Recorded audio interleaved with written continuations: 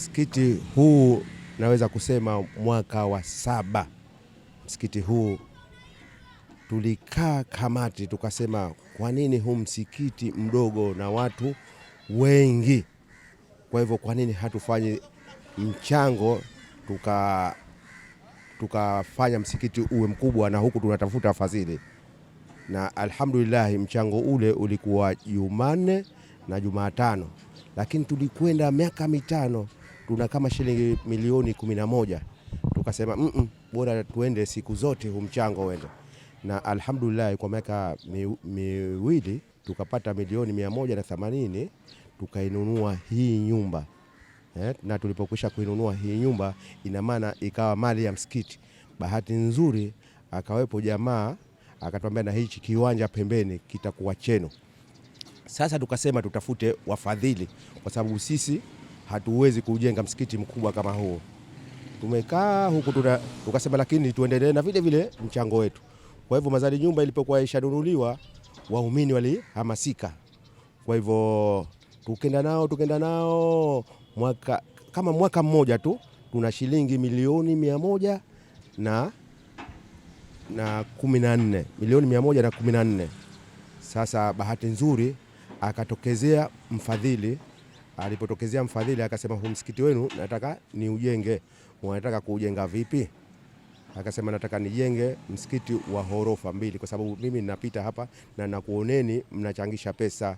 Sasa hizi pesa tulokuwa tunazo tuzifanye nini?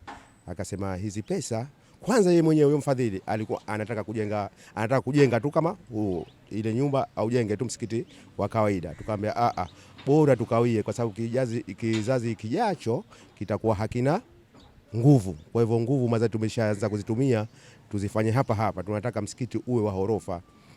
Alikwenda yule mfadhili akaja tena akasema basi nitakujengeni tena msikiti wa ghorofa 2. Kwa hivyo tulikubali. Sasa ule mchango tulochanga tukabidi tumpe yeye. Akasema tutachukua mchango tujalizie.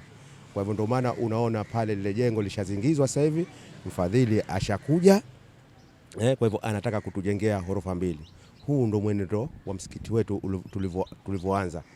Tumeanza kwa mchango, hatukuanza kwa kitu chochote. Tumeanza kwa mchango mdogo mdogo. Kwa hivyo nawaomba na wenzetu wale walioona misikiti yao midogo au haikidhi, wachangishe wenyewe kama tulivyochangisha. Nilikuwa napiga mwenyewe harambe, uliona nasimama na watu wote walikuwa wananiunga mkono vile harambe nilivyokuwa naipiga, kwa sababu milioni 180 si mchezo. Ukesha nishachanga milioni 114 basi si mchezo. Lakini usione haya wala usione shida, sema mimi niko kwa Allah, kwa sababu kila mtu atakutoa kosa, na hivi ndivyo ilivyo, lakini mwisho watakuunga mkono tu, na ndivyo walivyotuunga. Sasa bahati lishazingizwa pale, tulikaa tukasema sasa ndio tuende kuswali bondeni au tufanye vipi kama Mungu. Tukasema hebu tumuombe huyu ndugu yetu Hamadi Kisu. Kila mtu pale tukasema na hili jambo Waislamu tusilitumie, kwa sababu hata nilipokuwa nachangisha pale kila mtu alikuwa anasema Sasa watu wengi nilikuwa nawakataza, na sisi bahati nzuri ilitutokezea tu tukasema kama Mungu, Allah ni mkubwa jamani, Allah ni mkubwa. Alitokezea jioni, alipotokezea jioni tukamwambia bwana Hamadi, msikiti wetu ule tunauvunja, kwa hivyo hapa sisi tutagharimu kama milioni 5. Je, unaonaje hii nyumba yako tukanene? Basi pale akasema nyinyi mnataka kuswali kwani? Basi mimi nitakujengeni. Na alhamdulillah jengo mnaliona hilo. Jengo mnaliona na naliona linakwenda mbio. Kwa hivyo karibu hili jengo tutalitumia na likesha. Nilimuuliza tena, huu msikiti wetu tunajenga, hili jengo tutakuwa tushazoea hapa vipi? Akasema yeye baadaye atafanya chuo, sisi tutarejea kwenye jengo letu.